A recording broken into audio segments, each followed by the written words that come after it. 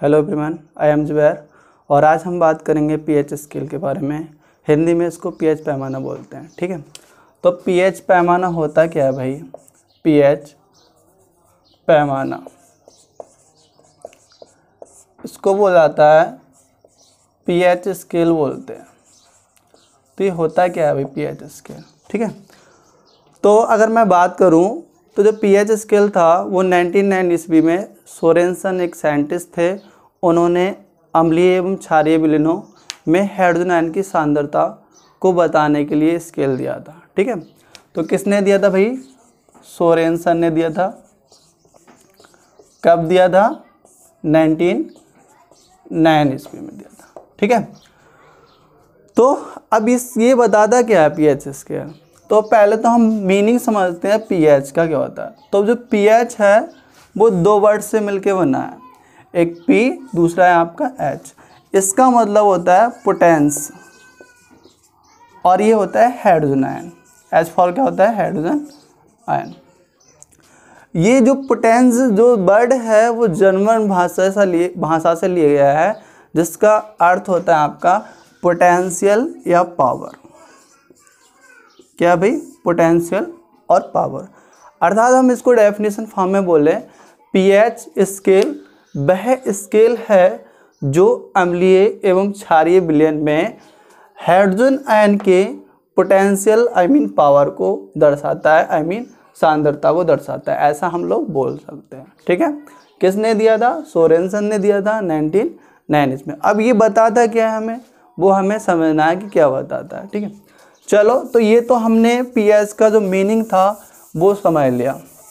ठीक है, तो सोरेनसन ने क्या किया था? जो किसी अम्लीय एवं क्षारीय विलयन में हाइड्रोजन आयन की कंसंट्रेशन को बताने के लिए, सांद्रता को बताने के लिए उन्होंने एक स्केल तैयार किया जो आपका 0 से लेके 14 तक वेरी करता है। ठीक है, 14 तक वेरी करता है। 0, 1, 2, 3, 4, 5, 6, 7, 8, 9, 10, 11, 12, 13 और 14। क्लियर है ना? मैं इनके नंबर लिख रहा हूँ 0, 1, 2, 3, 4, 5, 6, 7, 8, 9, 10, 11, 12, 13 और 14। ठीक है, तो ये 0 से लेके आपका 14 तक वेरी करता है। ठीक है, अब इसमें होता क्या है? ये इनकी पीएच वैल्यू दी है। क्या दी है आपकी? PH value. तो इस स्केल से क्या पता लगता है कि वे सॉल्यूशन जिनका पीएच मान 7 से कैसा होता है? कम होता है। 7 से मैं लिख दे रहा हूँ कम। 7 से कम होता है वो अम्लीय प्रकृति के होते हैं। कैसे होते हैं भाई? अम्लीय प्रकृति के होते हैं। अम्लीय प्रकृति के होते हैं।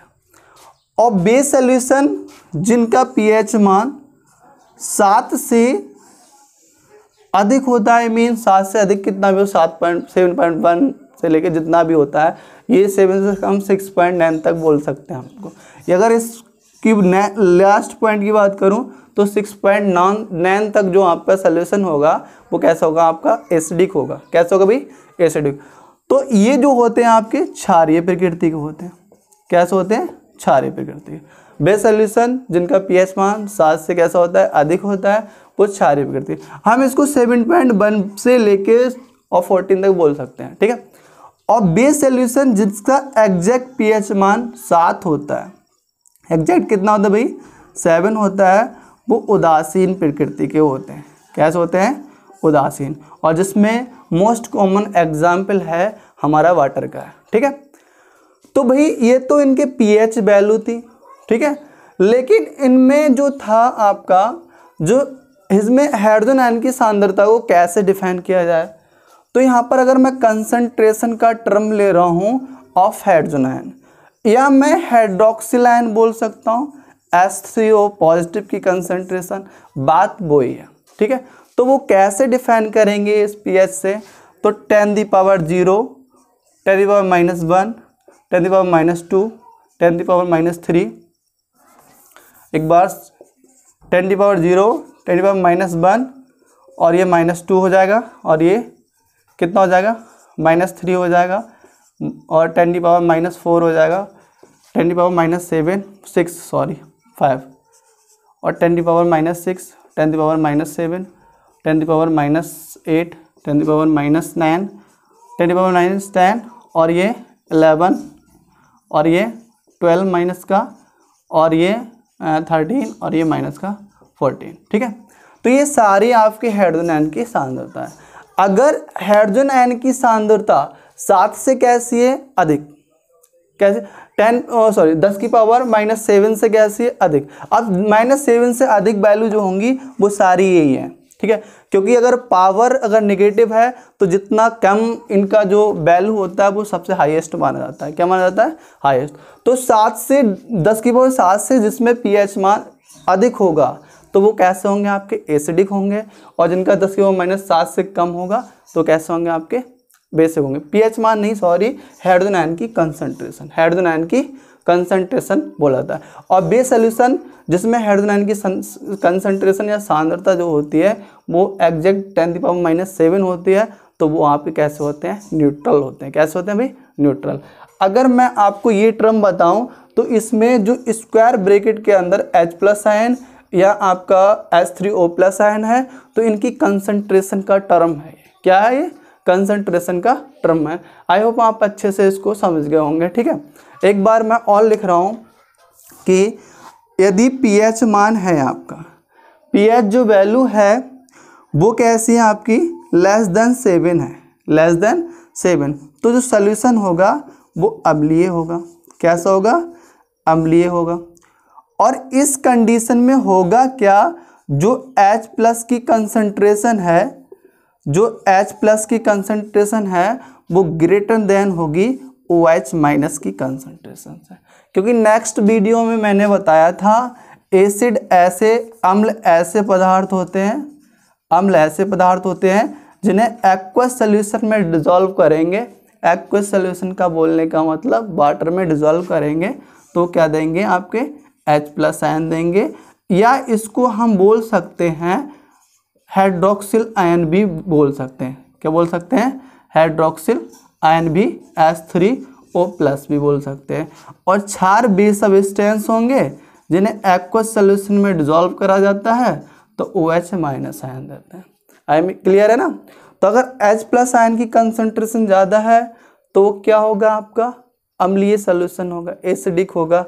और अगर पीएच मान 7 से, पीएच वैल्यू 7 से अधिक है, इसका मतलब है पीएच वैल्यू 7 से कैसे? ग्रेटर देन है, तो सॉल्यूशन कैसा होगा? आपका क्षारीय होगा। कैसा होगा? आपका क्षारीय होगा। और इस कंडीशन पे मैं बोल सकता हूँ जो H+ की कंसंट्रेशन है वो OH- की कंसंट्रेशन से कैसे होगी?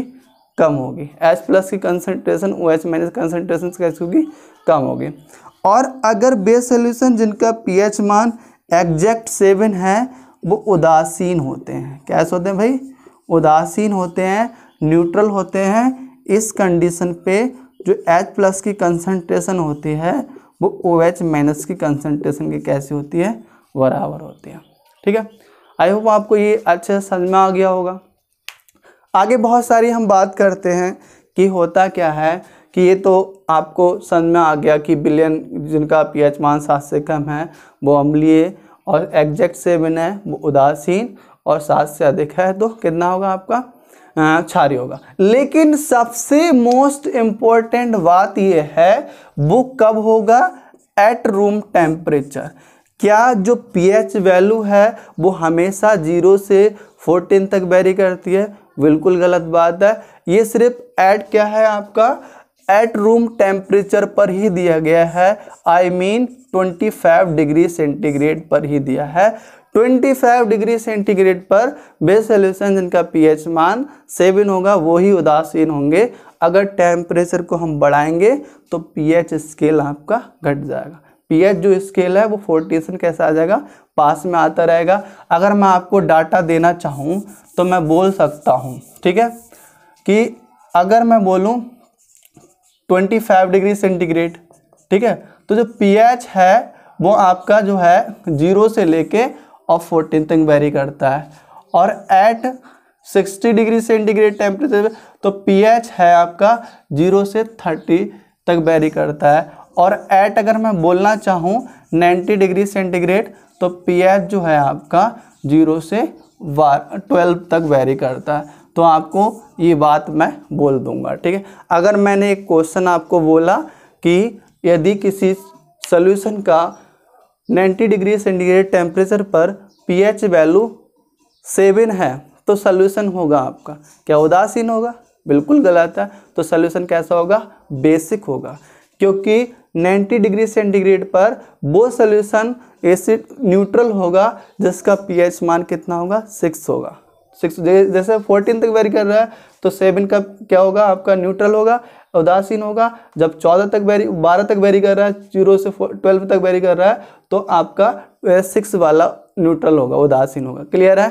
बिल्कुल ठीक है। चलो ये तो pH की बात थी, हमने बता दी।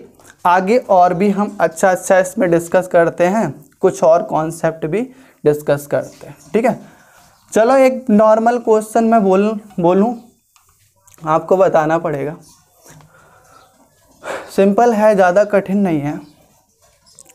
अगर मैंने बोल दिया यदि आपके कोई 3 सॉल्यूशन है A, B और C एंड इनके pH जो वैल्यू है, pH वैल्यू है क्रमशः कितनी है? 2.5 है और 8.6 है और मैं बोल दूँ 7 है। तब ये कैस इनका नेचर तब विलयनो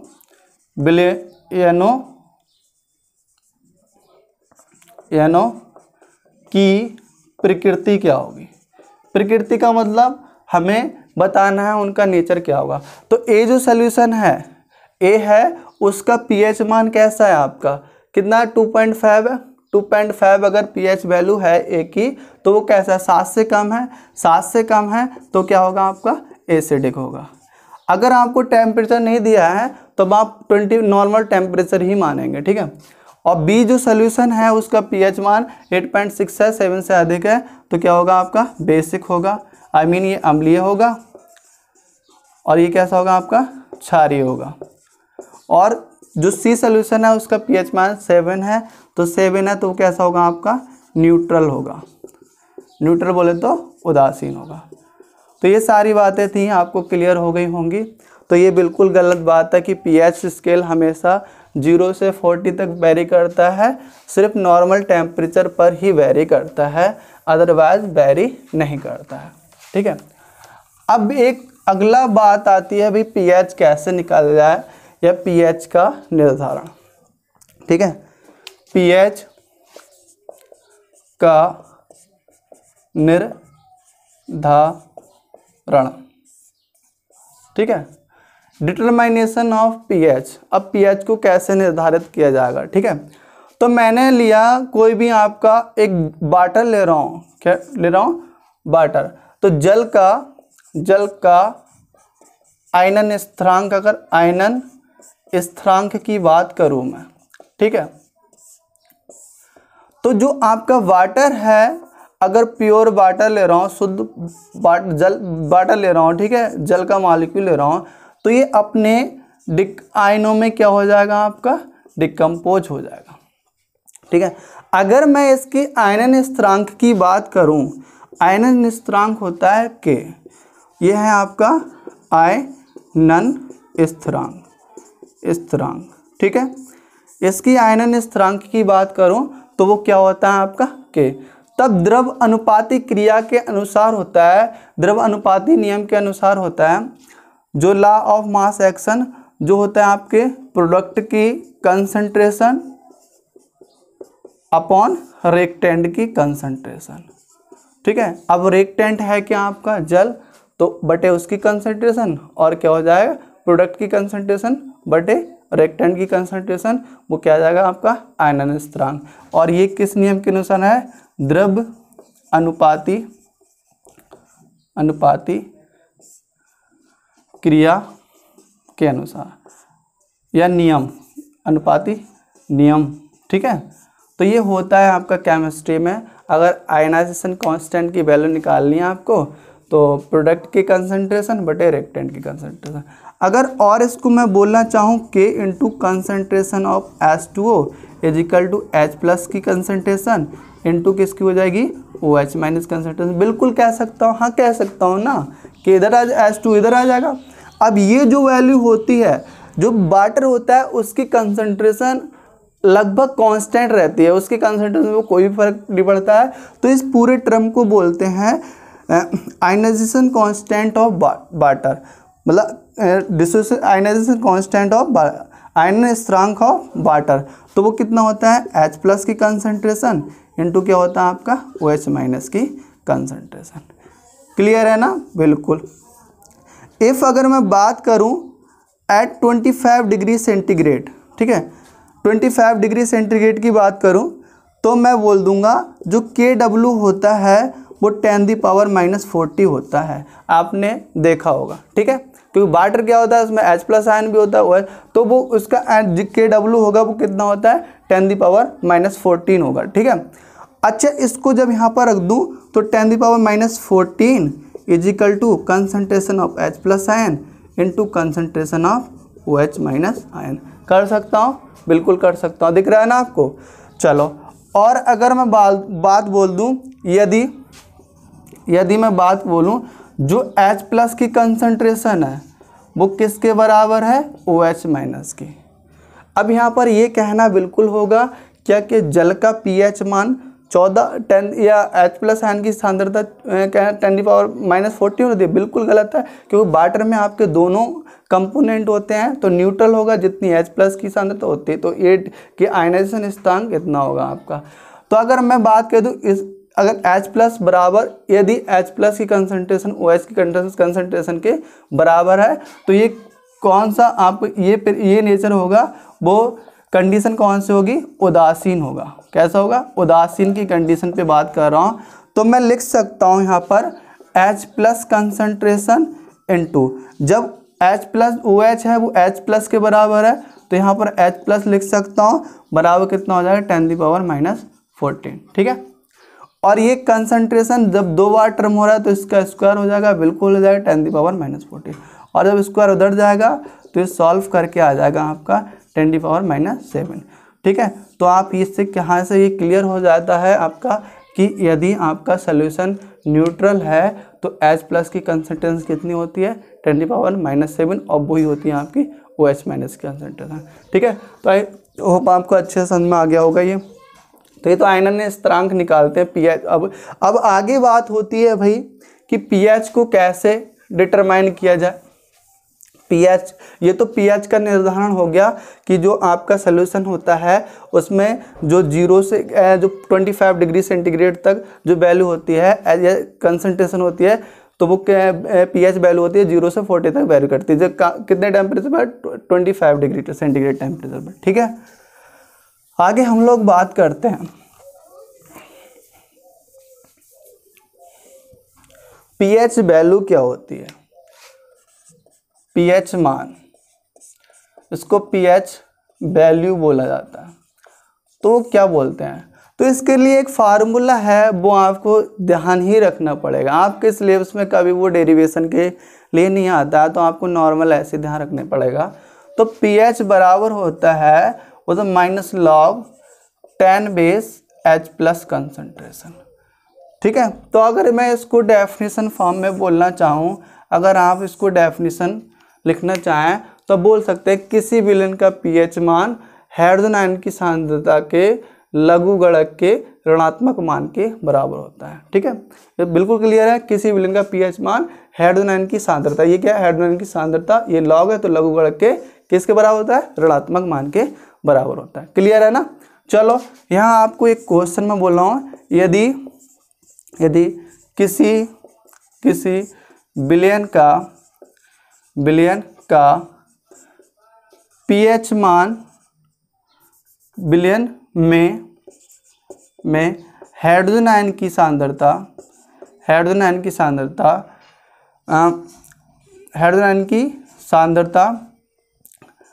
अब वो है आपका 10⁻² मोल प्रति लीटर है, मोल प्रति लीटर है, तब बिलियन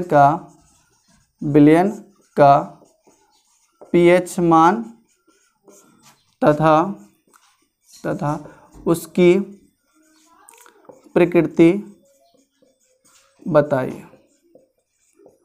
ठीक है, क्वेश्चन कुछ हार्ड नहीं है, हमको लगाना क्या है, पीएच मान निकालना है और उसकी क्या निकालना है, प्रकृति। तो देखो गिवेन है, इस सॉल्यूशन में आप देखना कुछ भी नहीं है क्वेश्चन में, गिवेन है जो हाइड्रोजन आयन की सांद्रता गिवेन है, जो कंसंट्रेशन ऑफ हाइड्रोजन आयन वो कितना है 10⁻⁻² मोल प्रति लीटर दिया है। ठीक है, तो इसका मतलब ये है कंसंट्रेशन ऑफ हाइड्रोजन क्या है 10⁻² मोल प्रति लीटर है। तब आपको करना क्या है, पीएच आपको निकालना है। ठीक है, पीएच क्या करना है आपको निकालना, और उसका नेचर होता है, नेचर का मतलब वो एसिडिक होगा या बेसिक होगा। ठीक है, हम जानते हैं